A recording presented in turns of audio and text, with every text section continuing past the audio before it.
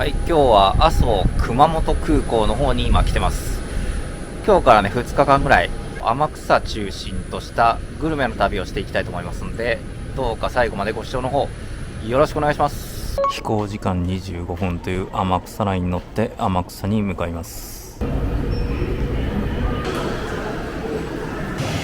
おき止めでした。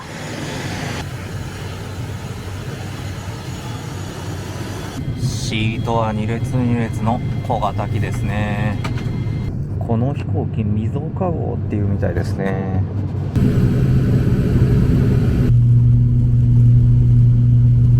熊本城じゃないですか、あの辺。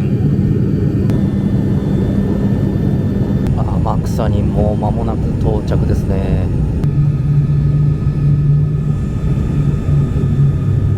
はい、天草空港に無事到着。小型の空港天草エアポートに到着ですね。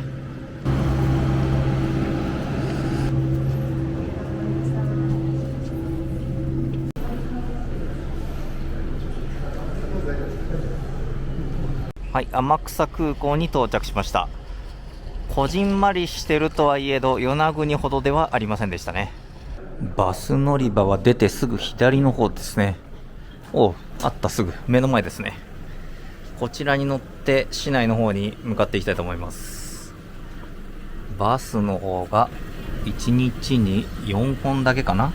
それじゃあ市内行きのバスに乗っていきます。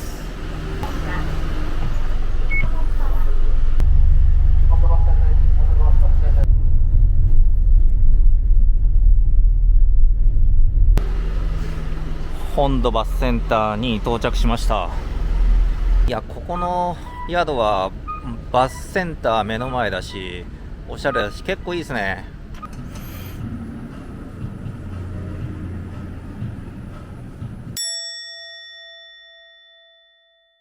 いや、喫煙ルームだったんで、もう匂いがやばくてもう変えてもらいました。一個だけ空きがあって助かりましたね、本当に。でも明日はちょっと招集だけして、さっきの部屋にね、戻らないといけないらしいんで、本当自分のミスなんですけどね、間違えたのは。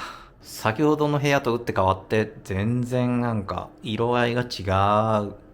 はい、今ホテルでね、ちょっとゆっくりしましたので、時刻的には5時半なんですけど、そろそろね、居酒屋とかやり始める時間なんで、飯食いに行って、回れたら2軒ぐらいね、行ってみたいなと思ってます。天草といえば刺身とかももちろん美味しそうなんですけど、天草大王っていう鳥が有名らしいので、そちらのねお店に行ってみたいなと思ってます。はい、今日行くお店はこちらですね。地鶏食堂さんです。溶岩焼肉なんてちょっと魅力的ですね。行ってみましょう。洋風な店内は落ち着いた雰囲気で、一人でも大歓迎ムードでした。日本最大級の鳥、天草大王。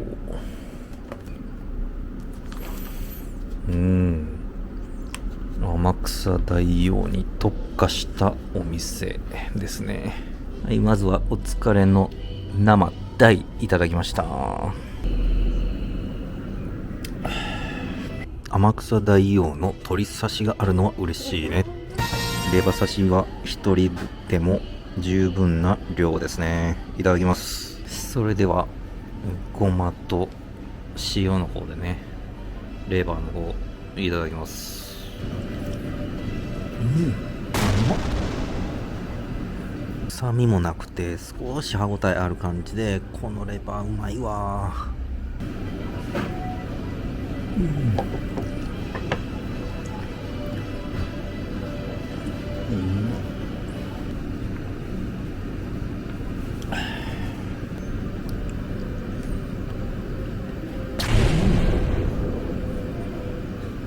天草大王の5本串セットやってきました。手羽先、せせり、袖、レバー。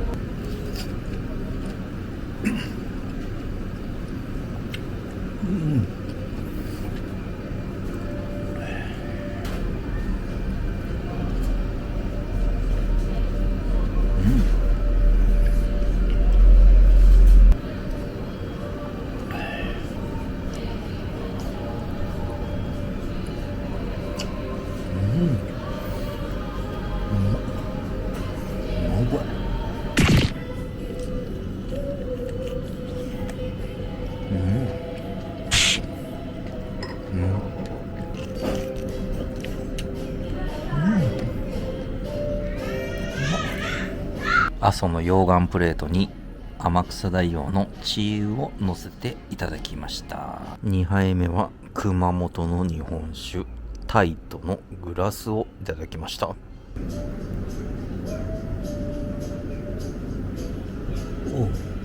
さすが熊本タイトの日本酒、米の味しっかり感じられる日本酒だね。うまい。こちらがもも肉、左が胸肉ですね。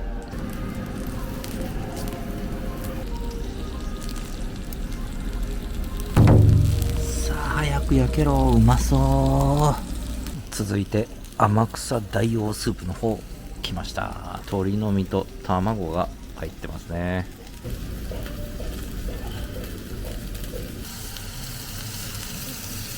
うわ、焼肉ってやっぱいいよね。うまそう。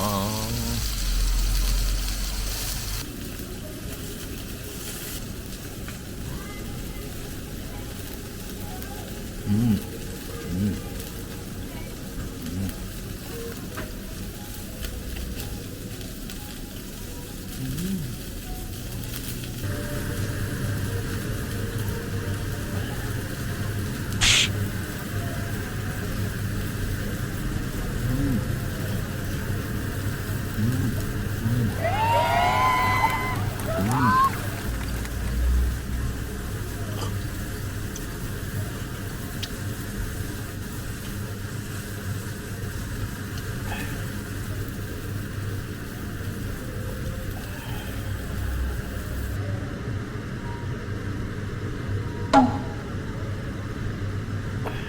いやー、地鶏食堂の田口さん、美味しかった。ごちそうさまでした。すっげー身が分厚くてね、いいところ焼いてて本当美味しかったですよ。ごちそうさまでした。いやー、スタートが早いといいですね。もう一軒行きます。いやー、だいぶ歩いてきましたけど、やっと着きました。はい、残念。ここは予約しないと無理そうです。忙しすぎて無理だって言われました。いや、歩いて20分ぐらい。やっと近くまで来ました。民家みたいなとこだ。地元の人にもすごい賑わってます。メニューはザ居酒屋というようなメニューが多いですね。揚げ物もあれば、こういう馬刺しなどの刺身もあったりします。まずはレモンチューハイいただきました。つぶ貝をいただきます。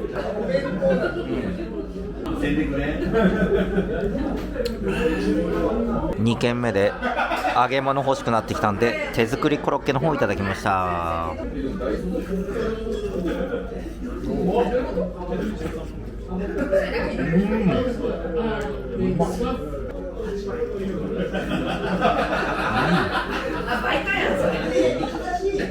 じゃがいももそうなんだけど、ミンチもちょっと入ってて肉肉して美味しいわ。これうまい。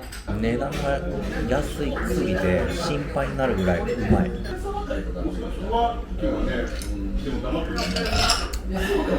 いやー、柵飲みにはちょうどいいお店でしたね。ごちそうさまでした。天草にもこういう銀天街という商店街がねあるみたいですけど、ほぼほぼ夜はお店やっていません。はい、今日も無事に宿の方に帰ってきました。ホテルの朝食、なかなかおしゃれで豪華でした。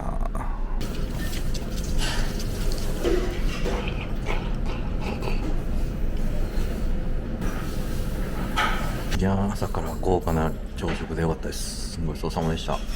はい、おはようございます。2日目の朝ですね。今からね5分ぐらいしたところに幸運社さんっていうレンタカー屋さんがあるんで、幸運社さんに行ってレンタカー借りてから天草半島の方ねぐるっと今日は一周回っていきたいと思います。夕方からちょっと雨の一応予報が出てるんで早めに回っていきたいなと思いますので、どうか続きの方ご覧ください。さて、そろそろあるはずですけど、そっちの駐車場に、はい、なんとタクシーの運行もされてるそうで、こちらが会社かなと思ったんですけど、道路にあるっていうことで、はい、今日借りる車はこちらですね。今7時ですけど、ギリギリまでね、しっかり車走らせていろんなとこ回っていくぜ。凄まじいところに来てます。こんな道が5、6キロ続く場所に今から向かってきます。はい、今倉岳のね山頂の方に着きました。ここからの景観がね素晴らしいんですよ。見てくださいよ、この絶景は。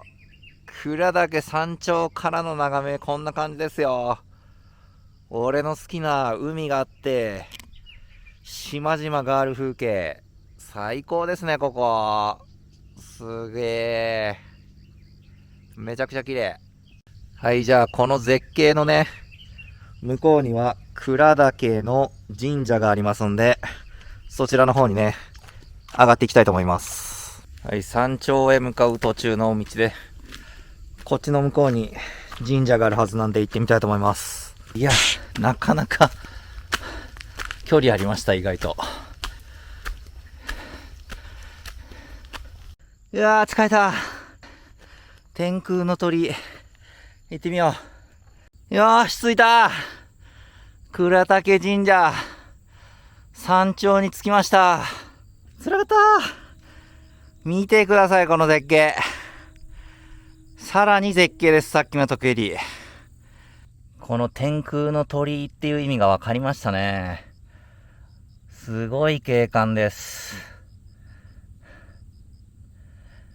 さあ、ちゃんと参拝もしていきますか。いやー、素晴らしい景観ですね。このね、天空の、いやー、素晴らしい景観ですね。この天空の鳥居。眺め最高です。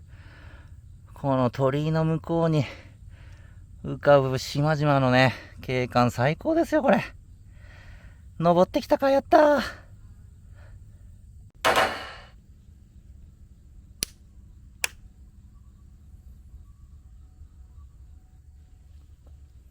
はい、もう一段上がったところからのね、景色最高ですよ、これ。素晴らしい、本当に。素晴らしいとしか言いようがありませんね、これ。すごい。はい、前回のね、礼文島の山頂から、今度は682メートルの天草の最高峰、倉岳山頂に登頂したぜ。よし。よし。次の絶景、千貫山ですかね。目指しますか。帰りはね、ちょっと反対側の、北側に出るルートで帰ります。なんか野生のイノシシに遭遇しました。痩せちゃってる。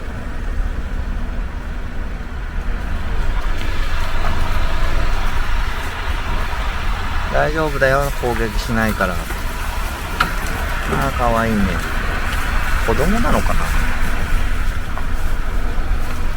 子供なんでしょうかね、この人は。ごめんね。雨水がね、山に水を溜めて、水がこうやって出てくるっていうね、素晴らしい環境ですよ。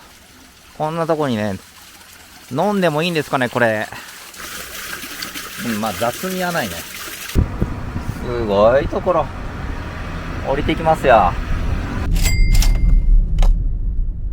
はい、料金所の方を出て、今、会津というインターですね、降りましたので、ここから、橋の方を渡ってちょっと進んでいきます。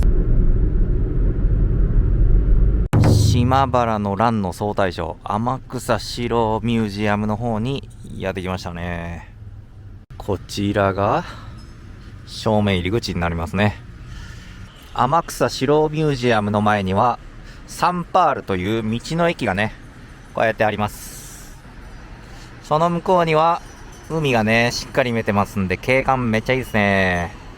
はい、天草四郎ミュージアムの方行ってきました。南蛮文化とキリスト教伝来の様子や島原の乱の様子などが展示されてました。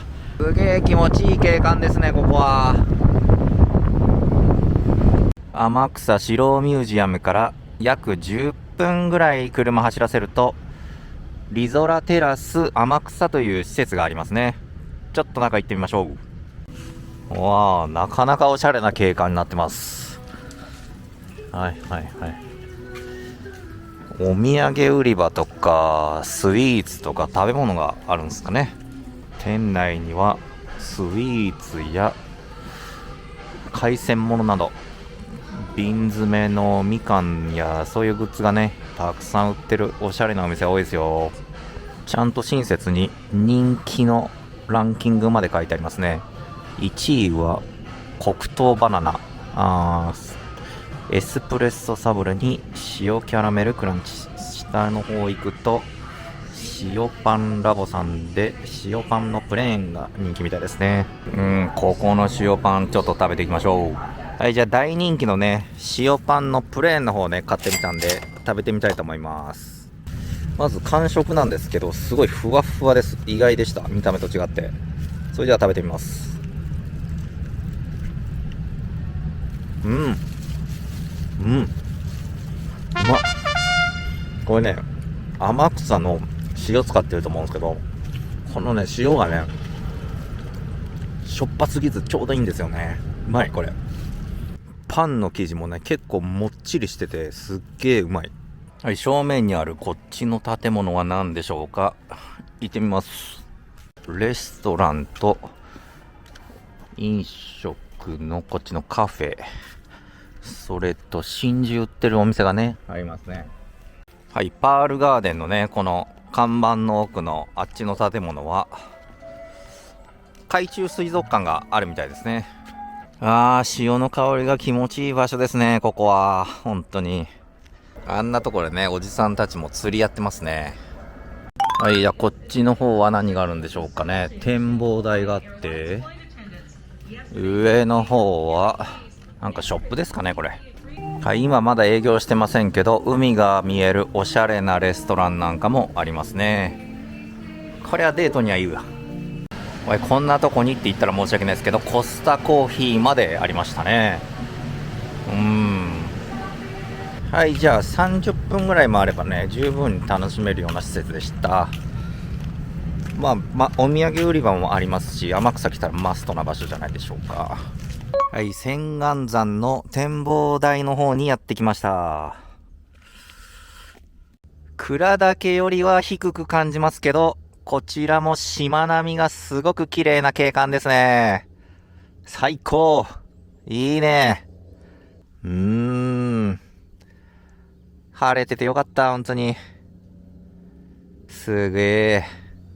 やっぱこういうね瀬戸内のようなこう島と海そして丘、この景観俺大好きなんだよな。よーし、天草の東側の方はね結構回りましたんで今度は津教会とかねあっちの西の方に行ってみたいと思います。はい、天草四郎勢集結の地島原の乱のね初戦の地にやってきました。ここはどういうところかっていうとこの大島湖諏訪神社と読むんでしょうか。こちらにね天草四郎が当時集結して島原の乱で一番最初に戦ったところらしいです。それでは参拝していきましょう。はい、こちらは疫病がやっぱりね昔流行ってたんでそちらを鎮めるという神様アマビエという神様らしいです。よく見ると道を渡った向こうにも鳥居がありますね。はい、どうもこれを見る限りだと本当はこちらが昔の鳥居の位置だったんじゃないでしょうかね。はい、この辺りは車エビのね養殖がすごく盛んらしいです。はい、津集落の方に間もなく着きます。駐車場3カ所あったんですけど一番奥しか空いてなかったんでこっから歩いて教会の方向かいます。ここね集落っていうだけあってねやっぱりこう一般の家が普通にこう住んでらっしゃる方いますんでね観光の方はねちょっとマナーをしっかり守りたいなと思いますね。はい、ここが一番ね教会に近い駐車場なんですけど多分ほぼ取れないと思いますんで奥行くしかないです。はい、どこにでもいる猫ちゃんいっぱいいますね。秋津資料館港屋なるものがあるんですね。津港の海の水の色も結構綺麗ですね。はい、到着しました。津カトリック教会、こちらですね。この集落のね、周りの日本家屋にこの急なヨーロッパ調の作り。こういう風にね、共存してますよ。フランスのハルブ神父さんが建てた教会みたいですね。はい、教会の方もね、見終わったんで、そろそろ昼になりましたんで、飯食いに行きましょう。先津馬家門通り行ってみましょう。うまそうな寿司屋さんがあったんで、そこにね、ちょっと行ってみたいと思います。海沿いにいい感じのお店、はい、こちらのクラゲさん行ってみたいと思います。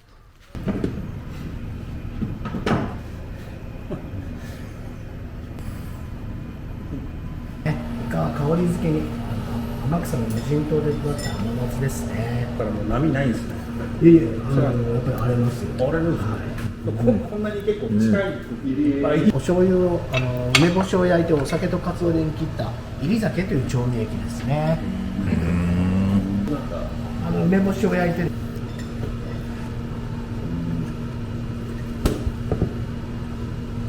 お次はフグ。お味噌汁いただきました。魚の出汁効いてうめえ。これカッポレでしたっけ？はい、これですね。はい。こ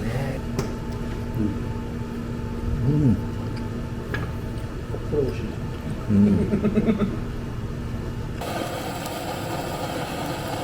早めにはい。香りが良くなると思いますね。おまかぶら。これは結構勉強な。どうしても結構香港の炙ってますんでね、早めに。こちらですね、食べていただくと分かると思います。塗ってるお醤油燻製にしてますね。先ほどはですね、大きさわら。なのでこうさっきよりもこう燻香の香りがしっかりしていると思います。この白。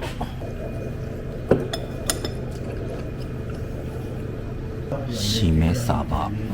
一口の方が美味しいと思います。こっちはみんなカステラ。感じの。東京はしっとりってなんかガシリしてる感じがイメージが。こっちふわっとしてる。何の答えですか？マンゴーアレルギーなんですか？それは知らないですけどね。あ、そうですか。それやったら東京ステアカデミーっていうのがいや、クラゲさんのお寿司めちゃくちゃ美味しかったですね。仕込みとネタのこだわりのね、語りをすごかったですけど、本当に美味しかった。また来たいお店でしたね。ごちそうさまでした。こちらのね、ハイヤさんでイチジクの揚げパン有名なんで、こちらでちょっと揚げパン買っていきましょう。店内すごいサインいっぱいですね、これ。揚げに5、6分かかるそうなんで少し待ちます。YouTube で出てるの。はい。本当ですか？こちらではイチジクのことを南蛮柿と呼ぶらしいですね。こちらの、杉羊羹の方が先津の名産らしくて、天草で唯一認定受けてるのがハイヤさんだけらしいです。はい、230年のね、歴史を持つ杉羊羹。琉球王がね、ナンパしてここの先津の人たちが助けた時に、伝授してもらった作り方の羊羹らしいです。羊羹って言ってもね、うるち米でできてるらしいんですね。それじゃあ揚げパンの方を食べていきましょう。いちじくの風味がうまいわ、この揚げパン。ハイヤさんのご主人がいちじく畑もやってて、それを揚げパンにして売ってるみたいですけど、中がね、すごくきめ細かいいちじくのペーストになってて、外つるっとしたふわっとしたパンでめっちゃうめえよこれ。うまっ。世界遺産の町先津の方から今度は大江天主堂の方にやってきました。大江天主堂はフランス人のガルニエ神父が布教した教会だそうです。ガルニエさんの銅像ですね。はい、それじゃあね、こちらの大江カトリック教会の方にね、ちょっと中入っていきましょう。はい、先津さんもそうでしたけど、ステンドグラスのね、色使いがとっても素敵な教会でした。そのコッパ餅の一口のやつください。紫芋と白芋、これが普通の。はい、大江天主堂さんのところにあるこのお塩ですね。天草の飲食店で結構使われてるっていう大人気のお塩買うことができました。550円です。もち米にさつまいもの風味ついてる感じだね。うまい。はい、ここは天草ロザリオ館、天草隠れキリシタンの資料館ですね。水曜日が定休日でした。残念。はい、続いては西平椿公園でやってきました。ここは夕日がとっても綺麗なところで有名な場所なんですけど、今日は曇ってるのでちょっと難しいと思いますね。はい、なんか景観がね、与那国の離島っぽい感じの景観でとってもいいですね。沖にあるこの岩が名所みたいですね、これ。はい、一応夕日が出るとどんな感じかというと、こんな感じみたいです。岩の向こう側に大ヶ瀬の夕日というものが見えているそうです。天草下田温泉街の方にやってきました。はい、下田温泉のプラット館の前にある五足の湯の方にね、ちょっと入っていきたいと思います。最悪。毎月第4水曜日は定休日だって、こんなことある？はい、残念でしたけど、ここにお湯があれば足つけれましたね。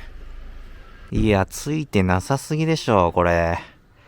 もうなんかムカついたから、温泉どっか入れないか、ちょっと聞いてみようと思います。はい、なんと、ここのプラット館が休みだから休みなんですね。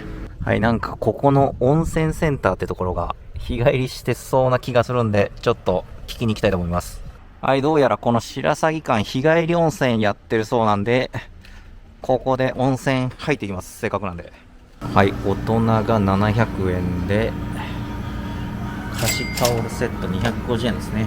はい、じゃあ温泉入ってきます。よし、風呂入ってきました。いや、よかったですね。本当にね、足湯が休みの時はどうなるかと思いましたけど、なんとか下田温泉に入浴することができました。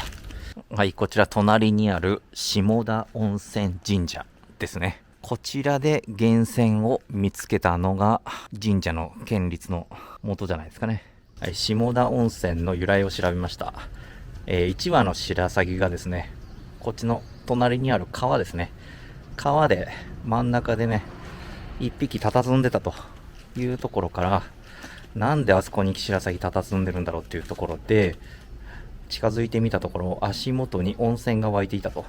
その足を癒して飛び立っていったっていうのが白鷺温泉の名前の由来。下田温泉別名白鷺温泉らしいです。はい、この海沿いの道に天草四郎来泉の地の碑がありました。はい、恥ずかしげもなく名付けたおっぱい岩の方ですね。見に行ってみたいと思います。はい、なんとおっぱい岩は引き潮満ち潮で見える時間帯が決まっていたそうです。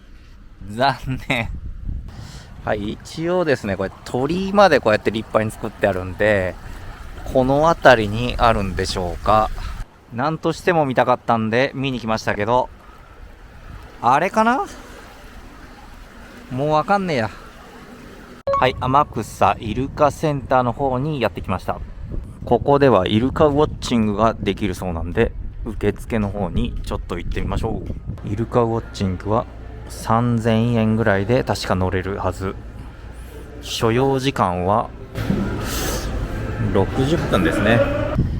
はい、じゃあ今ね、上天草からこっちの西の方の天草市、嶺北町などぐるっと回りまして来まして、天草の方ほぼだいたい見終わりましたんで、そろそろ中心地のね、本土地区の方に帰っていきたいと思います。はい、イルカセンターの方から移動してきまして、天草キリシタン館の方にやってきました。本当に天草市は天草四郎一択ですね。だから天草市なんですかね。天草キリシタン館の観覧料は大人300円でした。いや、非常に有意義な博物館でしたね。15歳16歳で隠れキリシタンの一騎衆の総大将になって、長崎の島原原城の方で討ち死にするという壮大な人生でしたね。先ほど言った崎津集落の方もね、隠れキリシタンの文化をね、しっかりと受け継いだ集落になっていました。天草キリシタン館の屋上からは市内が一望できますね。ぐるーっと奥に見える一番高い山が今日の朝行った鞍岳ですね。そしてこっちの方が市街地になります。あ、ここに島原の乱の舞台でもあった本土城の跡ですねがあったんですね。天草市って実は熊本で一番大きい市なんだって。人口が8万9000人ぐらいの天草市役所。はい、無事レンタカーの方を返すところまで着きました。天草の城ミュージアムから天草下島の一周ですねの方を走って、今日1日朝の7時から夕方の5時まで乗って207キロでした。はい、無事にレンタカーの方返却しました。よし、一旦宿戻って飯食いに行きたいと思います。よし、宿帰ってきました。わお、昨日よりおしゃんじゃん。今日は浴槽ないって言ってたけど、浴槽なくても全然いいぐらい清潔感あるじゃん。それと洗面台も最新式だね。トイレもいい感じ。はい、6時半にね予約してありますんで、今日はお魚食堂正吾さんですね、お邪魔しに行きます。天草来たらね、天草大王の鳥と魚をね絶対に食いたいなと思ってたんで、今から行くお店の正吾さんは刺し盛りが比較的リーズナブルに食べられて美味しいということで行ってみます。楽しみです。はい、着きました。こちらですね、お魚食堂の正吾さん。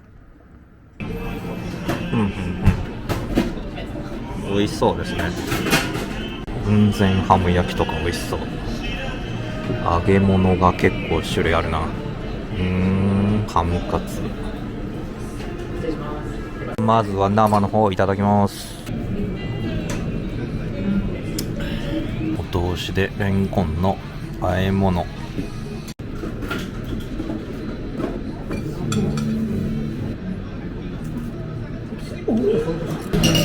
上から筋やら甘鯛、タチウオの炙り、鯛の炙り、タコ、杉っていうお魚になります。本ガツオの焼き、真ん中しめ鯖になります。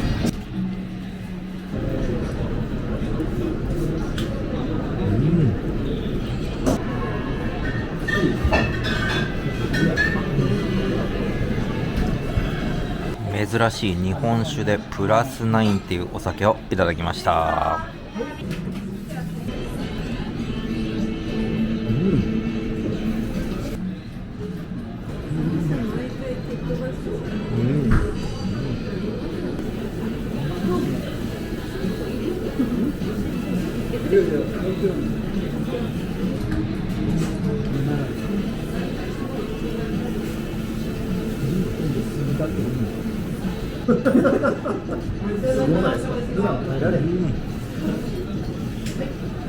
刺身どれ食ってもバカうまいんだけど、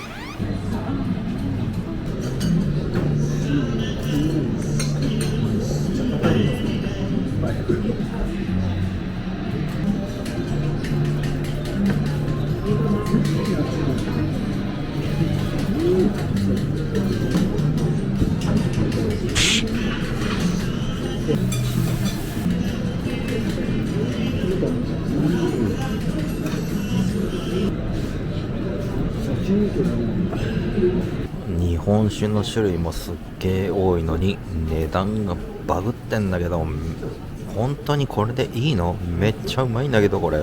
おかわりでプラス9の方もう一杯いただきました。車エビの塩焼きやってきました。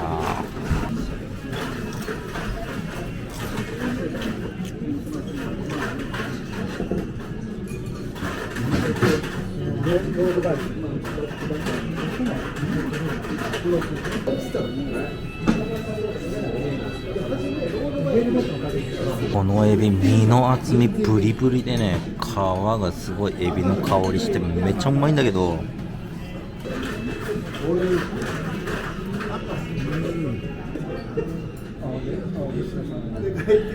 3種飲み比べで1000円ってもうバグってない？これめっちゃ安いんだけど。続いて日本酒の3種飲み比べをいただきました。奥がタイト、左がレイザン、右がコーロですね。まずはレイザンから。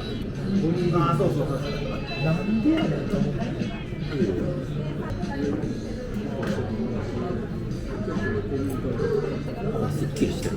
タイト。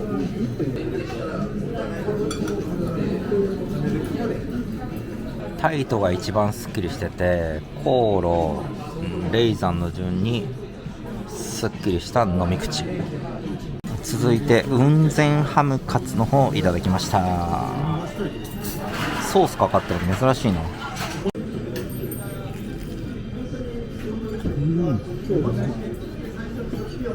贅沢に厚切りした雲仙ハムカツを揚げてもらってます。めっちゃうめえこれ。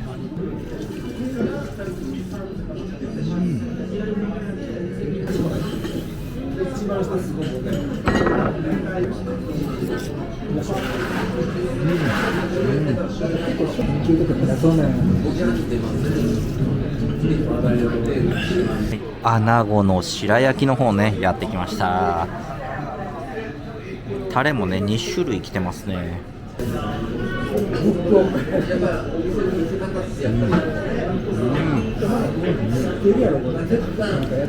弾力やばいね。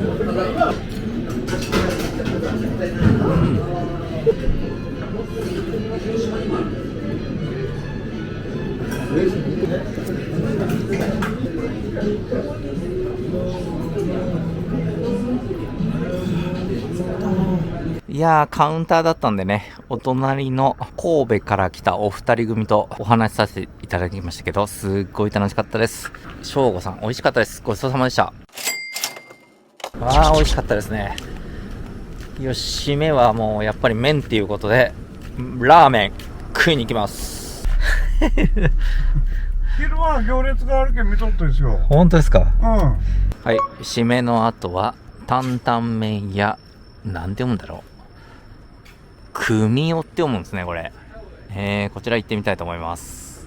俺は赤の担々麺の5辛で注文。組代さんの担々麺5辛の方をやってきました。濃いね。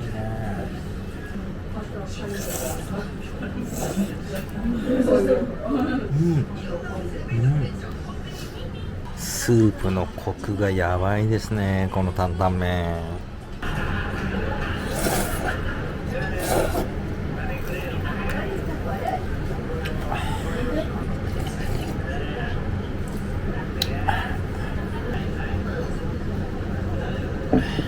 担々麺屋組代さん美味しかったです。ごちそうさまでした。いやー、もう腹満タンで無事宿の方帰ってきました。明日は熊本市内に戻ります。おやすみなさい。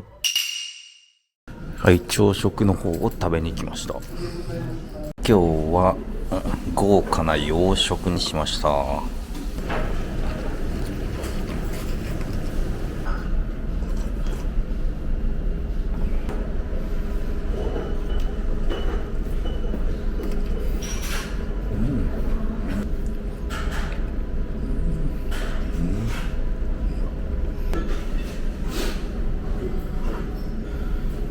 はい、ホテルサンロードさん、とっても快適な宿でした。はい、おはようございます。天草3日目の朝ですね。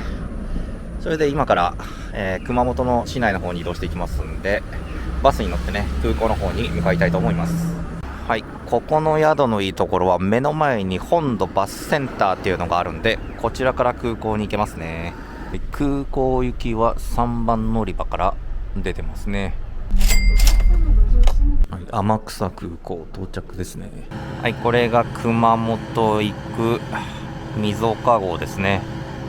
天草空港、こんな感じです。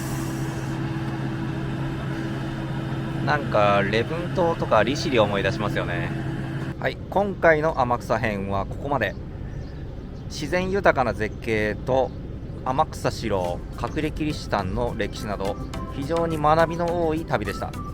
グルメの方もね、イチジクや天草大王、それと美味しい海鮮類などすごいたくさん魅力的な街でしたね。今回も最後までご視聴の方ありがとうございました。少しでもね役に立ったという方、グッドボタンと高評価、チャンネル登録の方よろしくお願いします。それでは次回またお会いしましょう。次回熊本地編をお楽しみに。トムのグルメ旅は一人旅専門チャンネル。少しでも参考になったという方、グッドボタン、高評価、チャンネル登録よろしくお願いします。